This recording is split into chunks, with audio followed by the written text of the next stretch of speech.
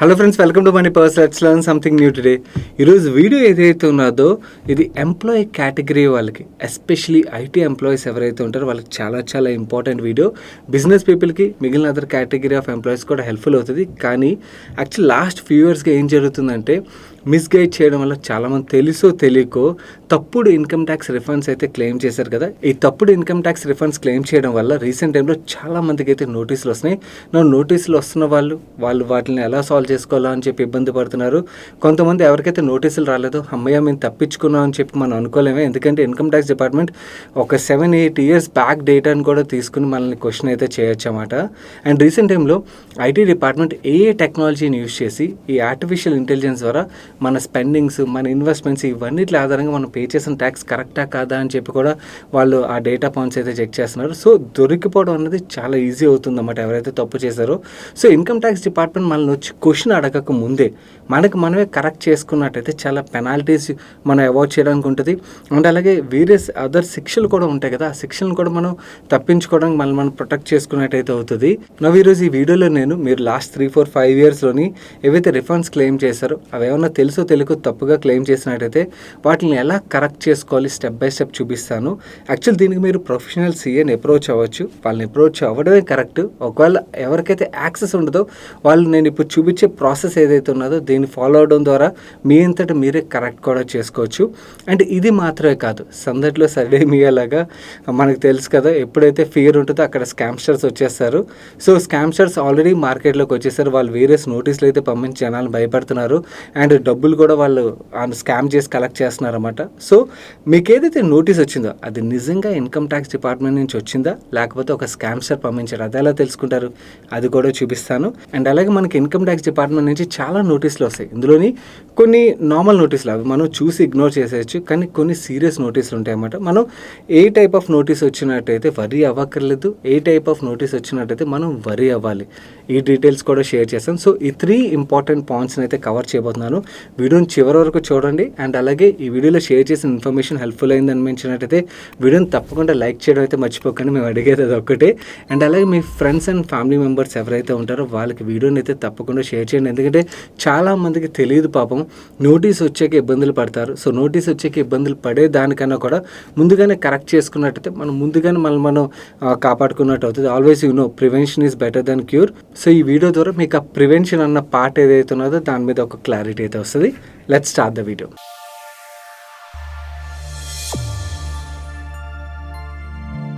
మన ఈరోజు ఈ వీడియోలో కవర్ చేయబోయే 3 స్టెప్స్లో మోస్ట్ ఇంపార్టెంట్ స్టెప్. ఎప్పుడైతే భయం ఉంటుందో అక్కడ స్కామ్స్టర్లు కూడా వచ్చి వాళ్ళ దందా వాళ్ళు చేయడానికి ప్రయత్నిస్తుంటారు కదా. ఎస్ఎంఎస్ల ద్వారా, మెయిల్స్ ద్వారా, లేకపోతే వాట్సాప్ మెసేజ్ల ద్వారా ఇన్కమ్ ట్యాక్స్ డిపార్ట్మెంటే పంపించినట్టుగా నోటీసులు పంపించి మన దగ్గర నుంచి అయితే ఇన్కమ్ ట్యాక్స్ పేమెంట్స్ చేయించేటట్టు వాళ్ళు డబ్బులు అయితే కొట్టేస్తున్నారన్నమాట.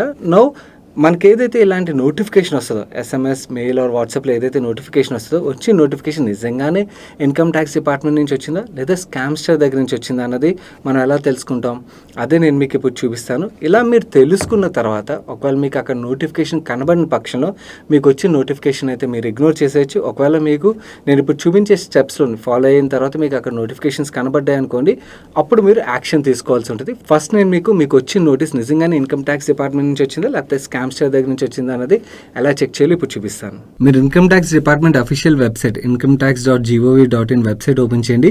మీకు లెఫ్ట్ సైడ్ లో క్విక్ లింక్స్ అని కనబడుతున్నాయి కదా, అక్కడ authenticate notice are order issued by ITD అని కనబడుతుంది కదా, ఆ ట్యాబ్ మీద క్లిక్ చేయండి.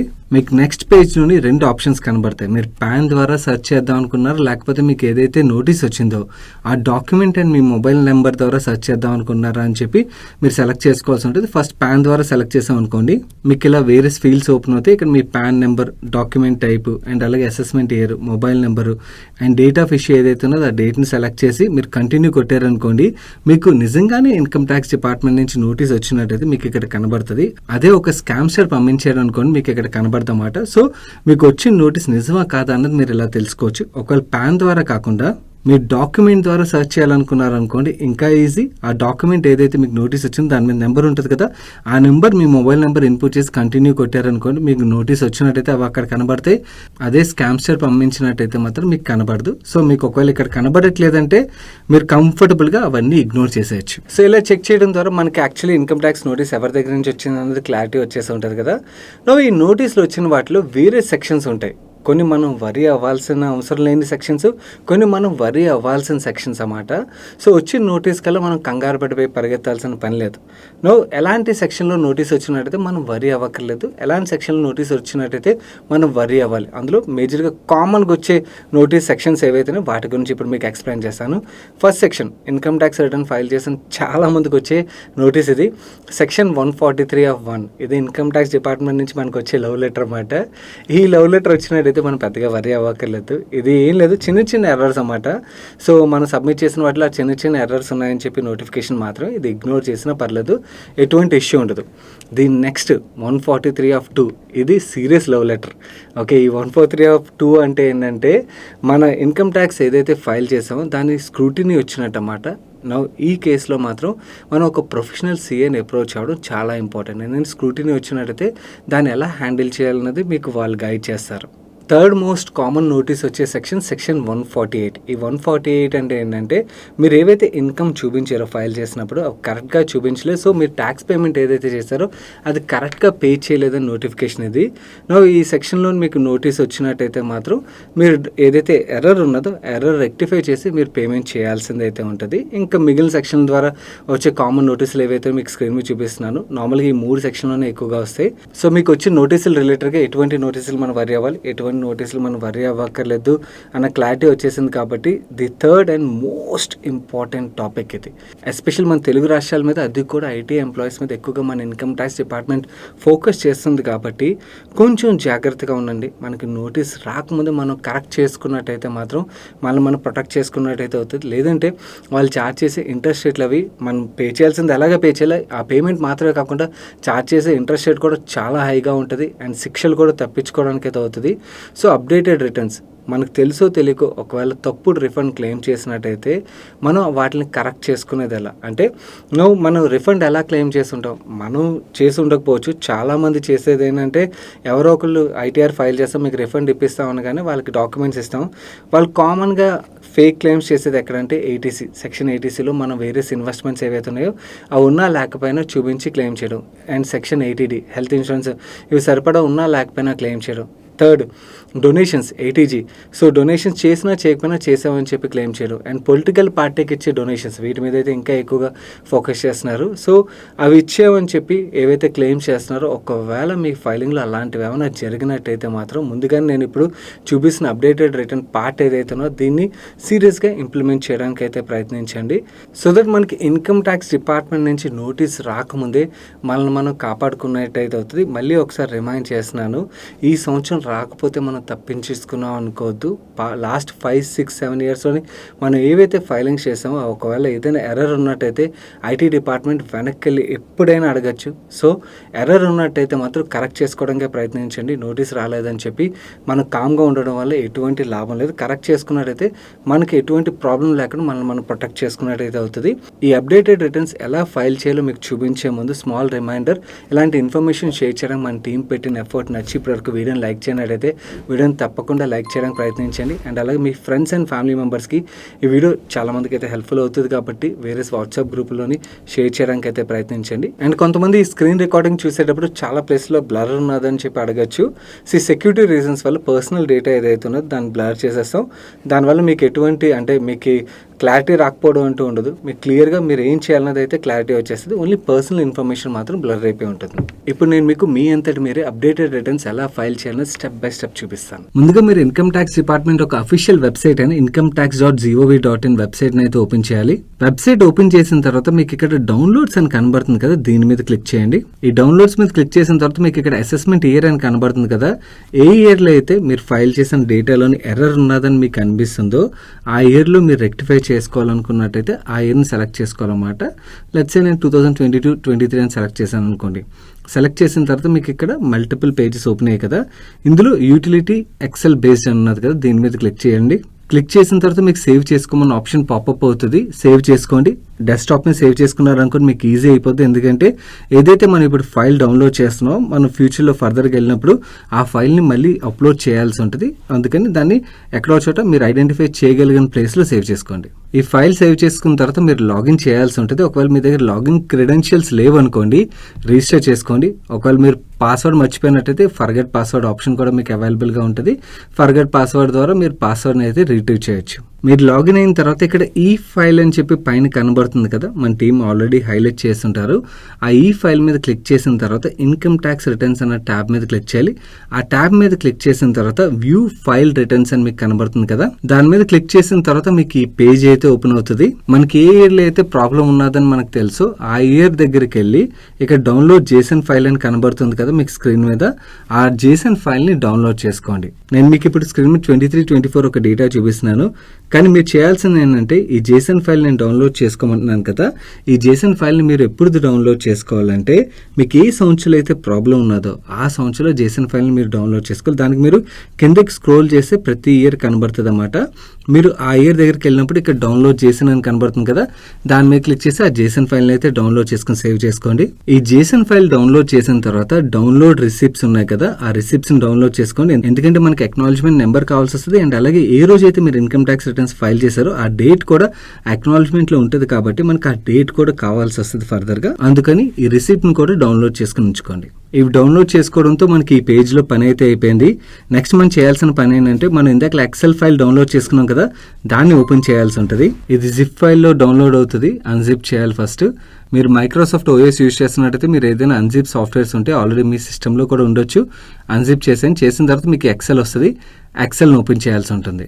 ఎక్సెల్ని ఓపెన్ చేసేటప్పుడు ఇక్కడ మీకు ఒక పాపప్ వస్తుంది, disable macros or enable macros అని చెప్పి. ఎనేబుల్ మ్యాక్రోస్ మీద క్లిక్ చేయండి. మనం మ్యాక్రోస్ ఎనేబుల్ చేయగానే మీకు ఆటోమేటిక్గా ఈ పాపప్ ఓపెన్ అవుతుంది. ఈ పాపప్లో వీళ్ళు ఏం చెప్తున్నారంటే గ్రీన్ కలర్ సెల్స్ ఏవైతున్నాయి మన మనీ పర్స్ ఫాలోవర్స్ అయితే ఈజీగా ఇలాంటివి ఐడెంటిఫై చేసేయగలరు. ఎందుకంటే మేము ఏదైతే ఎక్సెల్ ప్రొవైడ్ చేస్తాం దాంట్లో ఎల్లో కలర్ సెల్స్లో డేటా ఎంటర్ చేయమంటాం కదా, ఇక్కడ ఇన్కమ్ ట్యాక్స్ డిపార్ట్మెంట్ ఏం చెప్తుందంటే గ్రీన్ కలర్ సెల్స్ ఏవైతున్నాయో అక్కడ డేటా ఇన్పుట్ చేయాలి. అండ్ రెడ్ కలర్ ఏదైతే ఇండికేషన్ ఉన్నదో అది మ్యాండేటరీ ఫీల్డ్స్, అక్కడ తప్పకుండా మనం డేటాని అయితే ఫిల్ చేయాల్సి ఉంటుంది. అండ్ ఇక్కడ Ctrl+X Ctrl+V అంటే కాపీ పేస్ట్ వర్క్ చేయొద్దు, మీరు డేటాని ఇన్పుట్ చేయండి అని చెప్పి ఈ పాపప్లో అయితే చెప్తున్నారు. దీని మీద జస్ట్ సింపుల్గా ఓకే అని ప్రెస్ చేసేయండి. దాని తర్వాత మీకు ఇంకొక పాపప్ ఓపెన్ అవుతుంది. ఈ పాపప్లోని ఇంపోర్ట్ జేసన్ అని కనబడుతుంది కదా, ఈ ఇంపోర్ట్ జేసన్ మీద క్లిక్ చేయండి. ఎందుకంటే మనం ఆల్రెడీ ఇందాకలా లాగిన్ అయ్యి జేసన్ ఫైల్ని డౌన్లోడ్ చేసుకున్నాం గుర్తుంది కదా, ఆ జేసన్ ఫైల్లో ఉన్న డేటాని ఇక్కడ ఇంపోర్ట్ చేసుకోవాలన్నమాట. ఇంపోర్ట్ జేసన్ మీద క్లిక్ చేసిన తర్వాత ఆటోమేటిక్గా మీ డెస్క్టాప్ మీద ఎక్కడైతే ఆ ఫైల్ ఉన్నదో ఆ ఫైల్ని సెలెక్ట్ చేయండి. సెలెక్ట్ చేసిన తర్వాత ఎక్సెల్ కొంచెం టైం తీసుకుంటుంది డేటాను ఫిల్ చేయడానికి. దాని తర్వాత మీకు ఆటోమేటిక్గా మీ పర్సనల్ డేటా మొత్తం ఫిల్ అయిపోయి వచ్చేస్తుంది. నా ఈ డేటా ఫిల్ అయిపోయిన తర్వాత ఇక్కడ ఏం చూపిస్తుంది అంటే మనం ఆ సంవత్సరంలోని ఏదైతే డేటాను సబ్మిట్ చేసో అదంతా మనకు కనబడుతుంది. మనకి ఎక్కడెక్కడైతే ఎర్రర్ ఉన్నదో అంటే గ్రీన్ కలర్ సెల్స్లోని మీకు చాలా డేటా పాయింట్స్ కనబడుతుంటాయి కదా, వాటిని అన్నింటినీ మనం ఒక్కొక్కటిగా మనం కరెక్ట్ చేసుకుంటూ వెళ్ళాలన్నమాట. మీకు డిఫరెంట్ పేజెస్ కూడా ఉన్నాయి, టీడీఎస్ అని, టీసీఎస్ అని చెప్పి, అండ్ అలాగే ఏటీడీ, ఏటీజీ, ఏటీజీజీఏ, అండ్ అలాగే ఏటీసీ అని కూడా షీట్ ఉంటుంది. సో ఈ షీట్ ఒక్కొక్క షీట్ దగ్గరికి వెళ్ళి అక్కడ ఏమన్నా మనం తప్పు డేటా ఇన్పుట్ చేసినట్టయితే, మోస్ట్ కేసులో మన తెలుగు రాష్ట్రాల్లో ఏం జరిగిందంటే పొలిటికల్ పార్టీస్కి డొనేషన్ ఇచ్చినట్టుగాను, లేకపోతే ఎస్పెషల్లీ ఏటీసీలోని ఇన్వెస్ట్ చేసినా చేయకపోయినా కూడా చాలా మంది క్లెయిమ్ చేయడం కానీ, అంటే తెలియకుండా వాళ్ళు వేరే వాళ్ళకి ఇచ్చేసి ఉంటారు, వాళ్ళు అలా అన్నీ మీకు వచ్చేసాయి అంటే అన్ని బెనిఫిట్స్ మీకు వస్తాయని చెప్పి క్లెయిమ్ చేయడం ద్వారా మీకు యాక్చువల్ రిటర్న్స్ ఇప్పించి ఉంటారు కదా.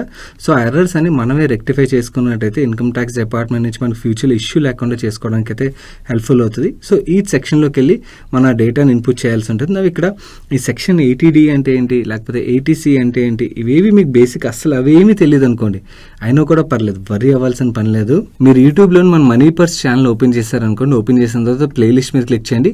ఈ ప్లేలిస్ట్ మీద క్లిక్ చేసిన తర్వాత కొంచెం కిందకి ట్రాక్ చేయగానే మీకు పర్సనల్ ట్యాక్స్ ప్లానింగ్ అని చెప్పి ఒక ప్లేలిస్ట్ కనబడుతుంది కదా, దీని మీద క్లిక్ చేయండి. దీని మీద క్లిక్ చేస్తే మీకు ఆటోమేటిక్గా ఈ ట్యాక్స్ ప్లానింగ్ రిలేటెడ్గా వేరే సెక్షన్స్ ఇవన్నీ కూడా నేను ఎక్స్ప్లెయిన్ చేశాను అనమాట. ఇందులో ఈ వీడియో ఉన్నది చూడండి, ఈ వీడియోలోని డిఫరెంట్ సెక్షన్స్ అన్నిటివి కలిపి ఎక్స్ప్లెయిన్ చేశాను. ఇక్కడ మీకు ఒక్కొక్క వీడియోలోని ఈచ్ సెక్షన్ రిలేటెడ్గా కవర్ చేసి ఉంటాను. ఇక్కడ మీకు మొత్తం ఓవరాల్గా అన్ని సెక్షన్స్ కవర్ చేసి అయితే ఉంటుంది అన్నమాట. ఈ జస్ట్ 13 minutes వీడియో చూసినట్టయితే ఒకవేళ ఆ సెక్షన్స్ అన్న ఒక ఐడియా లేని వాళ్ళు కూడా సింపుల్గా మీ అప్డేటెడ్ రిటర్న్స్ ఫైల్ చేసుకోవచ్చు. ఈసారి వేరే వాళ్ళ మీద డిపెండ్ అవ్వకుండా, ఎందుకంటే డిపెండ్ అయ్యామనుకోండి అంటే మంచి వాళ్ళైతే అస్సలు నో ప్రాబ్లం. మనం నార్మల్గా ప్రొఫెషనల్ సీఏస్ ఎవరైతే ఉంటారో వాళ్ళ మీద డిపెండ్ అవ్వడంలో అసలు తప్పే లేదు. కాకపోతే ఎవరైతే ఇష్టం వచ్చినట్టుగా ఫైల్ చేస్తున్నారో వాళ్ళ మీద డిపెండ్ అయితే మళ్ళీ తప్పులు చేశారనుకోండి, మళ్ళీ మనం ఫ్యూచర్లో ప్రాబ్లంలో పడే ఛాన్స్ ఉంటుంది కదా, ఆ ఛాన్స్ ఇవ్వకుండా మనకు మనమే కరెక్ట్ చేసుకోవడానికి అయితే హెల్ప్ఫుల్ అవుతుంది. ఇక్కడ ఈచ్ పేజ్లో ఉన్న డేటా మొత్తం మనం అప్డేట్ చేసిన తర్వాత మీకు ఇక్కడ వ్యాలిడేట్ అని కనబడుతుంది కదా రైట్ సైడ్లోని, ఆ వ్యాలిడేట్ మీద క్లిక్ చేయండి. వ్యాలిడేట్ చేయడం చాలా ఇంపార్టెంట్ అన్నమాట.